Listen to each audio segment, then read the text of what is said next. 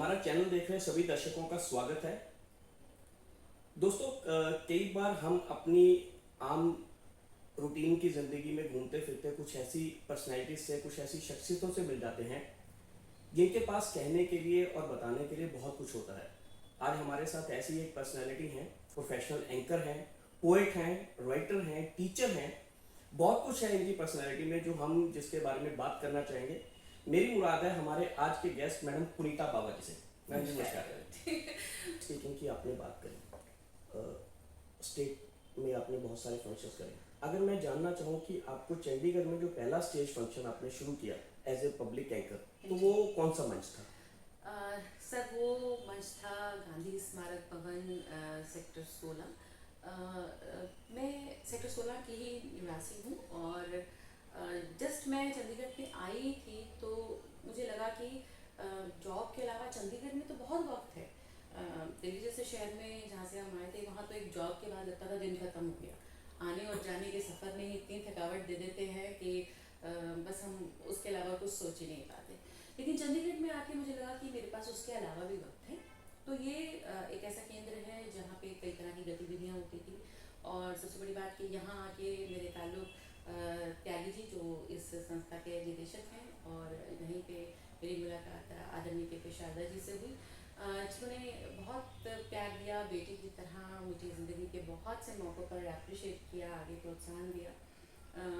उन्होंने यहाँ के जो फंक्शन होते हैं 2 अक्टूबर और गांधी जयंती पे, विनोबा भावे जयंती पे, तो उन फंक्शंस के लिए मुझे कहा कि पुनीता तुम यहाँ बोलो ना, आओ हमारा करो, इसको स्टेज को होस्ट करो। तो मैंने कहा ठीक है जी मैं कर दूँगी। मतलब तो उस समय तक तो मुझे पता भी नहीं था, वो मेरा वाणी सर्टिफिकेट लेने से और एक प्रोफेशनल एंकर बनने से पहले की बात थी। तब तक के सफ़र को मैं ऐसा शुरू हो गया नहीं कहती, पर इनडायरेक्ट वे में वो सफ़र शुरू हो चुका। तो हम इसको ये कह सकते हैं कि आपको चंडीगढ़ में जो पहली स्टेज मिली वो गांधी स्मारक भवन से। जी जी जी। ये बात तो हुई कि एक टीचर होने के नाते आपने बहुत सारे छोटे छोटे पौधे और लगा दिए जो आने वाले समय में एक वृक्ष बन के उभरेंगे। लेकिन पैरेलल में आपने अपने जीवन को भी टीचिंग से हटाकर पब्लिकली एक पब्लिक स्पीकिंग या आप कह लीजिए स्टेज की तरफ आपने मोड़ा। ये मौका कैसे बना, या कह दीजिए कि आपको ये मौका मिला या आपने मौके को ढूंढा, किस तरह से ये बात हुआ? बहुत अच्छा सवाल आपने किया है करुण जी। देखिए, ज़िंदगी में हम कभी भी एक व्यक्तित्व नहीं होते, कहने की बात होती है। बहुत सी ऐसी सोई हुई खूबियाँ और खामियाँ हमारे अंदर होती हैं। ये डिपेंड करता है कि किसको उजारने का, किसको आगे बढ़ाने का हमें ज़िंदगी में मौका मिल जाता है। मैं भी नहीं जानती थी। Actually I was a vocalist. अपने पढ़ाई के करियर में मुझे बहुत अच्छी अचीवमेंट्स मिली।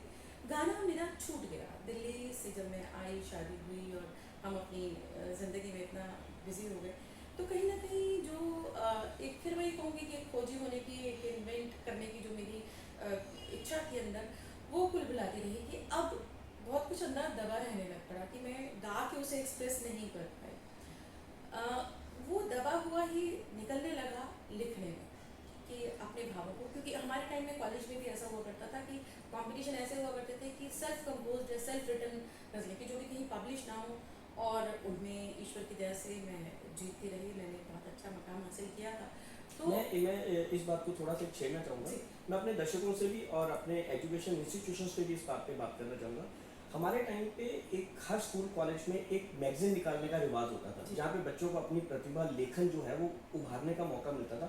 आजकल कहीं ना कहीं ये छूटता जा रहा है, हमें बहुत कम हो गया है। आजकल वो बच्चों को जो प्लेटफॉर्म है, जो एक अंदर की भावना, जो कच्चे मन की जो व्यथाएं होती थी वो लिखने का मौका शायद नहीं मिल पा रहा। इस बारे में आप कुछ कहना चाहेंगे? बिल्कुल, क्योंकि अब जो है दिखाने के लिए हमारे बहुत सारे दिन और मौके निर्धारित कर दिए गए हैं। अब हम अपने उस टाइम में सिर्फ उन फंक्शंस को ही करते रह जाते हैं कि आज फलाना दिन है, आज उसे मनाना है, उसे मनाना है। तो वहाँ कहीं इतना बाध्य हो जाता है बच्चा कि जो उसके दिल की अपनी बात है वो उसे कब कहे, किस मौके पे कहे। हमारे सारे फंक्शंस जो है वो निर्धारित हैं कि आपने ये दिन मनाना, ये दिन मनाना, ये दिन मनाना। कहाँ ऐसा दिन है कि आज अपना दिन मनाना था।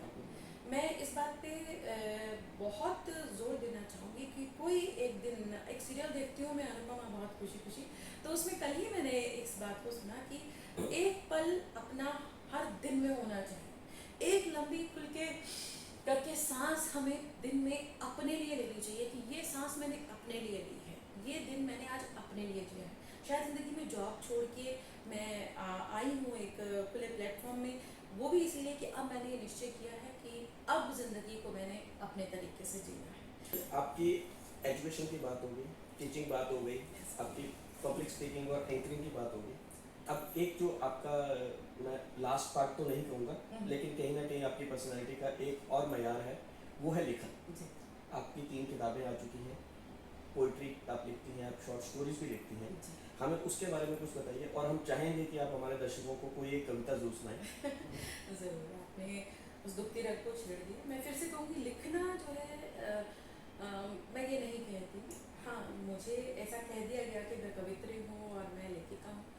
मैं दिल की बात लिखती हूँ, प्यार की बात लिखती हूँ। मुझे लगता है कि शायद ईश्वर ने मुझे भेजा ही इसलिए है कि मैं प्यार बांट सकूँ। अ, जो प्यार मिला उसे भी बांट सकूं, और जो प्यार नहीं मिला उसको भी कहीं से संचित करके आगे बांट सकूं। मेरी कविताओं में, मेरी कहानियों में मेरी ज़िंदगी के 3 पड़ाव हैं। पहली पुस्तक जो मेरी पोइट्री की आई, जो मेरी हिंदी कविताओं की आई, उसमें मैं कहूँगी कि मेरे मन के वो भाव निकले जो उद्गार थे, जो कुछ ऐसी भावनाएं थी जिनमें कुछ नेगेटिविटी को मैंने निकाल के और बाहर कर दिया। उन कविताओं वो में कहते हैं कि अपने भड़ास भड़ास कह लें, या आप कह लें कि आपने अपने अंतर मन को छलका के अपने आप को एक पुनीत कर लिया दोबारा से। बिल्कुल। उसके बाद वो पोइट्री का कलेक्शन करने के बाद मैं उसके लिए स्वर्गीय धनस्वरूप जी को धन्यवादी हूँ कि मैं उनसे मेरी मुलाकात हुई और उन्होंने मुझसे कहा कि तुम अच्छा लिखती हो भाई। तो मैंने कहा सर मुझे नहीं पता, पर मैं कुछ कुछ लिख डालती हूँ। जब मैं बहुत गुस्से में होती हूँ, जब मैं परेशान होती हूँ, तो मैं कुछ कुछ लिख डालती हूँ, मैं आपको दिखाऊँ। तो उन्होंने मुझे बुलाया और देखा, कहते तुम बहुत अच्छा लिख रही हो और इसको कंपाइल करो। फिर उन्होंने पुस्तक के रूप में, और उसका नाम मैंने बहुत सोच समझ के दिया, बूंदे जिन्हें सीप ना मिली। क्या बात है। तो बहुत मुझे कहा गया कि इतने लंबे लंबे नाम आजकल कविताओं के कौन लिखता है, और कविता जो टाइटल है वो बहुत छोटा सा होना चाहिए। नहीं, पर पता नहीं क्यों मैं उस बात पे अड़ी रही कि नहीं, वो बूंदें जो छलक गई मेरे भीतर से और जिन्हें सीख नहीं मिली, जो मोती नहीं नहीं मिली। बन पाते। फिर उसका जवाब भी मुझे 2 तरह से मिला। मेरा मानना था कि उन्हें सीख नहीं मिली और वो मोती नहीं बनी, लेकिन मेरे बहुत अजीज, मेरे बहुत अपने किसी ने मुझे ये बात कही कि लेकिन वो बूंदें जहाँ छलकी वहाँ तो उन्होंने अमृत बन के काम किया ना। अगर वो सागर में बनी तो उस जल राशि को बढ़ाया, अगर वो सूखे पे गिरी तो वहाँ उन्होंने उसको मृदु कर दिया। तो ऐसा मत कहो, अगर वो बूंदें थी और अगर वो अमृत था, तो वो जहाँ छलका है वहीं उसने किसी न किसी को तृप्त किया है। तो मैम, अगर पहली किताब में से कोई कविता जो आप हमें सुनाना चाहें, चाहे चंद लाइनें ही सही हैं उसकी। जी, तो अपनी पोइट्री में से मैं इसी बात को आपके सामने रखती हूँ कि मैंने ये टाइटल क्यों दिया। बरसा जब भी मेरी आंखों से कभी सावन तो कभी सागर, हमेशा ही कुछ बूंदों ने रिक्त किया कुछ और। लेकिन मेरी इस रिक्तता से कहीं कोई विचलित ना हुआ, और धीरे धीरे यूं हुआ कि मैंने भी न किया गौर। बूंदें गिरी कभी गर्म धरती पर तो कभी बहते पानियों में, कोई अस्तित्व नहीं होता जहां, न मिला इन बूंदों को कोई ठौर। और जब गहराई से देखा तो गिरी ठीक आस पास सीपियों के, तो कहना ही पड़ा कि व्यर्थ हैं वे बूंदें जिन्हें कोई सीप ना मिली। क्या बात। इसमें अगर हम कहें तो अपने जीवन की वो सच्चाई कह दी है कि कई बार होता है कि इंसान में फिर वही बात आ जाती है कि टैलेंट हर किसी में होता है, लेकिन कई बार उस टैलेंट को अपनी जगह नहीं मिल पाती है। तो वही बात है कि वो बूंद जिसको सीप ना मिले तो वो मोती नहीं बन पाती। कहती हूँ कि ईश्वर की बनाई एक ऐसी कृति है इंसान, जिसके पास हुनर ना हो ऐसा हो ही नहीं सकता। और हम लोगों में से 80% लोग जिंदगी में निराशा और डिप्रेशन से जूझ इसलिए रहे हैं कि वो जिंदगी में अपनी उस क्रिएटिविटी को कभी टाइम नहीं दे पाए, कभी तवज्जो नहीं दे पाए, या कभी खुद भी समझ ही नहीं पाए कि मेरे अंदर ये टैलेंट भी है। और इसी सफ़र में मैं जुड़ी हूँ, तभी मैं अपने टैलेंट की तरफ मुड़ी हूँ। पहली मेरी पोइट्री थी, दूसरी मैंने किताब जो लिखी वो शॉर्ट स्टोरीज की, छोटी छोटी उसमें कहानियाँ हैं। उसको भी मैंने एक लंबा सा नाम दिया, आकांक्षाओं के धरातल से।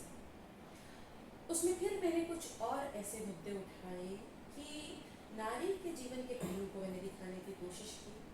उसमें बहुत सी कहानियाँ मेरे अपने जीवन के आसपास की घटित हैं, कुछ मेरे जान पहचान लोगों को। ऐसी कहानियों को, ऐसी छोटी छोटी बातों को मैंने सामने लाने की कोशिश करी।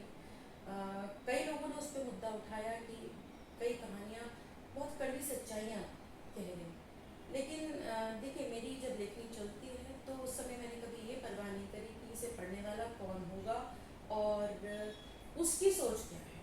मेरी कहानियाँ मेरी सोच में है। अगर मैं उस सच्चाई से जानती हूँ, उसमें श्रीमन का भाव है, उसमें प्रेम के तरह तरह के दर्शन हैं, तो मैंने उनको लिखा है और बखूबी लिखा है।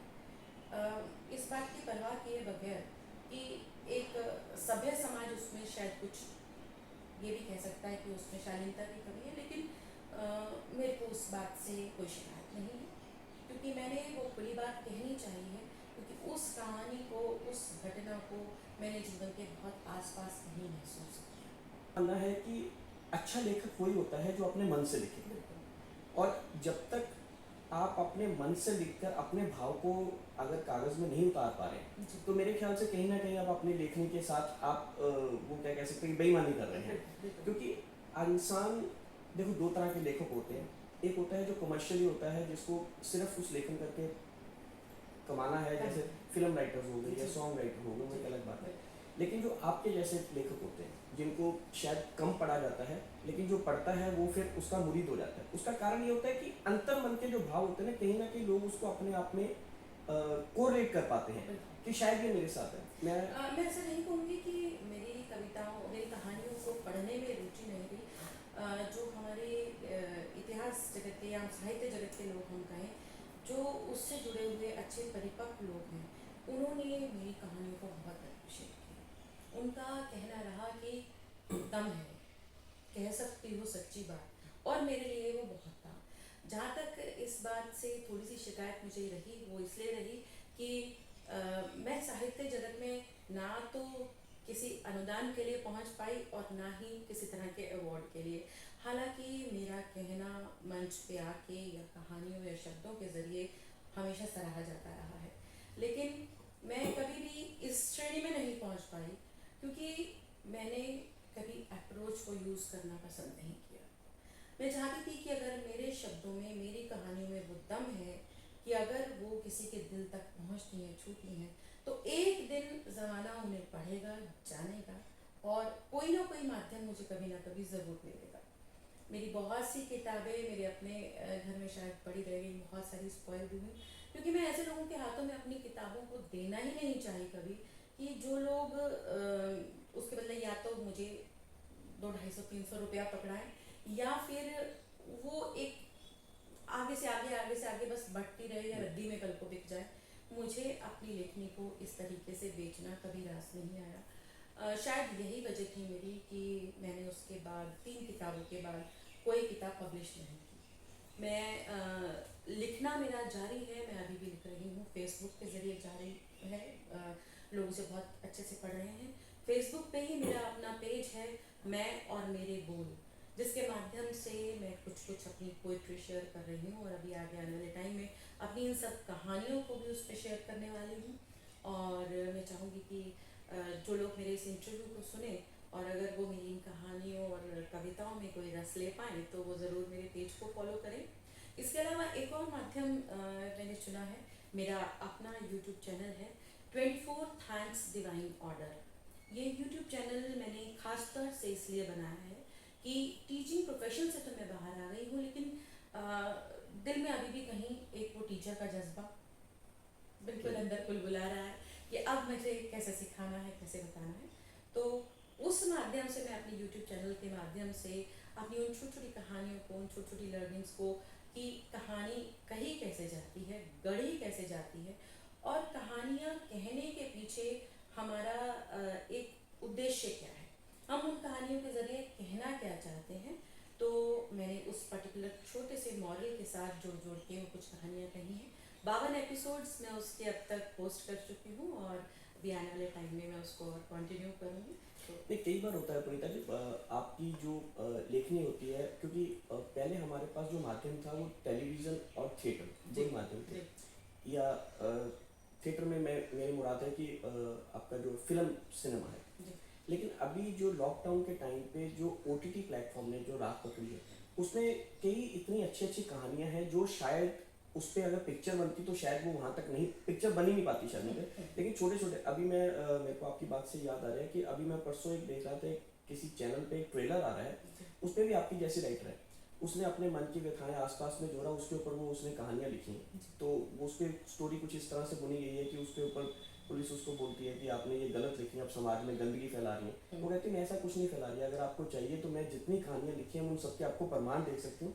ये मेरी आंख की देखी हुई बात है। हालांकि मैंने वो भी पिक्चर देखी, लेकिन वो ट्रेलर देखकर इतना हो रहा है कि कहीं ना कहीं वो चीज़ें हैं समाज में, लेकिन समाज उसको एक्सेप्ट नहीं करना चाहता, क्योंकि हमारा वो बन गया ना कि जो हमें सिनेमा दिखा रहा है हम उसी को सच मान के चलते हैं। सर असल में मेरा मानना ये है कि हम जिंदगी के वास्तविकता से बहुत परे जी रहे हैं अभी भी।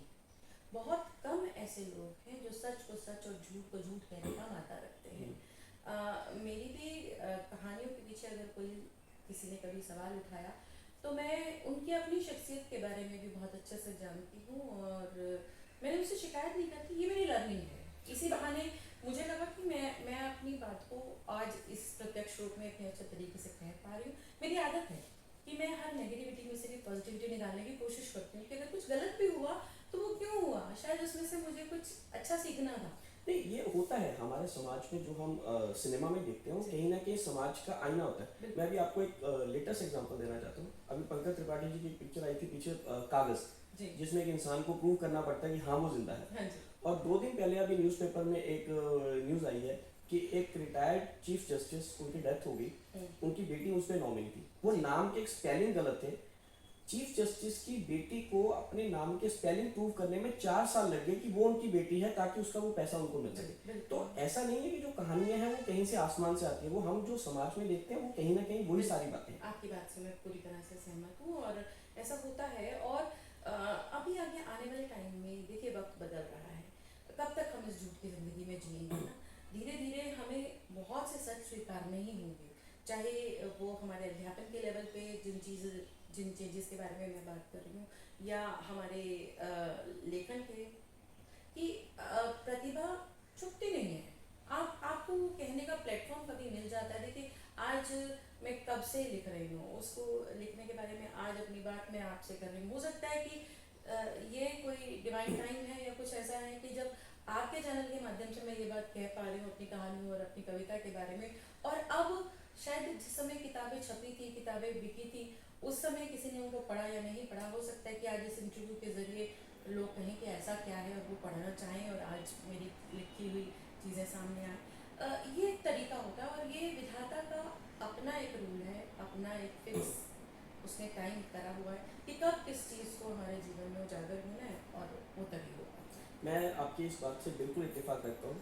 मेरी भी कुछ कुछ अगर कहिए इस चैनल की जो जर्नी है वो इसी तरह से शुरू हुई थी। जी मेरे को भी कहीं ना कहीं लगता था कि मेरे को स्टेज मेरे अंदर था, मेरे को करना चाहता, लेकिन वो ये कि ज़िंदगी की भेड़ बुन में आप कहीं ना कहीं छूटे जा रहे थे। फिर ये माध्यम मेरे को भी मिला कि क्यों ना मैं यूट्यूब के अलावा, जैसे मैं ट्रैवल बहुत करता हूँ तो मेरे चैनल में ट्रैवलिंग के ऊपर बहुत कुछ आता है। जी फिर मेरा था कि कुछ लोग जिनको मैं जानता हूँ या जिन तक शायद मैं पहुँच सकता हूँ, क्यों ना उनसे अपनी मन की बात की जाए। बिल्कुल। मुझे इससे मतलब नहीं है कि हमारे चैनल पे कितने लोग देखेंगे, एटलीस्ट हम लोगों ने आपस में बात करके एक बात तो की। मेरे को लगा कि मैं किसी से बात कर सकता हूँ, आपको शायद लगा कि मैं अपनी बात कह सकती हूँ। तो इस तरह से हम ये भी अपने दर्शकों को कहना चाहेंगे, ये यूट्यूब एक ऐसा माध्यम है, आपको ये मत सोच के करिए कि आपको यहाँ से पैसे कमाने, आप ये सोचिए कि मैंने एटलीस्ट अपने ये भी क्रिएटिव आर्ट है, आपने करके छोड़ दिया, वो आज नहीं देखेंगे 10 साल बाद कोई तो कभी देखेगा, कहीं ना कहीं कुछ ना कुछ है। हम आप बताते हैं, मैम आपकी तीसरी किताब। जी तीसरी किताब का मेरा शीर्षक है नील जल की सोन मछलियाँ। मैं वो भी लाई हूँ आपके लिए। इस किताब के लिए हमारे साहित्य जगत के बहुत बड़े गुरुजन हैं, उनका तो नाम भी लेने से कई लोग बहुत कतराते हैं, लेकिन मैं सौभाग्यशाली हूँ कि मेरे को उनका सानिध्य मिला, उनका आशीर्वाद मिला। श्री रमेश कुंतल मेघ जी, उन्होंने इस किताब का नाम भी मैंने कुछ और रखा था, इस किताब के बारे में मेरी सोच भी कुछ और थी। लेकिन जब उन्होंने मेरी 2 किताबें पिछली पढ़ी और मेरे जीवन के बदलते हुए एक उतार चढ़ाव को देखा, समझा, देखिए पारखी नज़र है, बहुत कुछ कहना नहीं पड़ता, और जो लिखने का सामर्थ्य रखते हैं उनको तो पता नहीं ईश्वरी देन होती है शायद। तो उन्होंने कहा, कहते नहीं फिर सोचो, और 6 महीने उन्होंने मुझे इंतज़ार करवाया, और उसके बाद उनके साथ मिलकर हमने ये नाम निर्धारित किया, नील जल की सोन मछली। और बहुत खूबसूरत उन्होंने मेरी इस पुस्तक के बारे में भी कहा कि अब ये मछलियाँ स्वतंत्र जल में विचरित करेंगी। तो उनके शब्द बहुत अच्छे थे, और फिर उन्होंने कहा कि अब कंक्लूड करो, इसकी आखिरी कविता अब लिखो। देखिए ये फिर एक पारखी नज़र की बात है, मैं कहूँगी कि पूरी कविता, पूरी किताब लिखे जाने के बाद जब टाइटल निश्चित हुआ, जब उनका आशीर्वाद मुझे मिला और उन्होंने कहा अब हो गया काम तुम्हारा, तो ये कविता जो मैं अभी आपके सामने रखती हूँ, ये पूरी किताब तैयार हो जाने के बाद लिखी गई। तो कहीं ना कहीं हम ये भी कह सकते हैं कि जो उनकी कई बात सच है कि आप एक जो दायरे में बंधी हुई थी, जी, अब आप एक खुले मैदान में आ गई हैं। बिल्कुल। अब मैं अपने आप को बहुत स्वतंत्र महसूस कर रही हूँ, और इसी बात को मैं इस छोटी सी कविता के जरिए आपके सामने रख सकती हूँ। पहाड़ों पत्थरों में खोजती जल स्रोत मैं, बूंद बूंद संजो रही हूँ, पावन मृदुल नीला जल, जिसमें उन्मुक्त विचरण करती तरंगों की ऊहापोह से बेखबर, केवल और केवल इठला सकूंगी कि जीवन जिया मैंने नील जल की सोन मछली। बात बहुत गहरी है, समझने वाले समझ जाएंगे। जी, तो बात वही है कि इंसान की जो एक पर्सनैलिटी है, उसकी शख्सियत के जो अलग अलग आयाम होते हैं, या उसके अलग अलग जो एक ज़िंदगी के खांचे होते हैं, कहीं ना कहीं तो मन की ये जो मन की आप कह लीजिए व्यथा है, वो कहीं ना कहीं तो एक बार हुंकार मारते हैं कि नहीं बस अब बहुत हो चुका।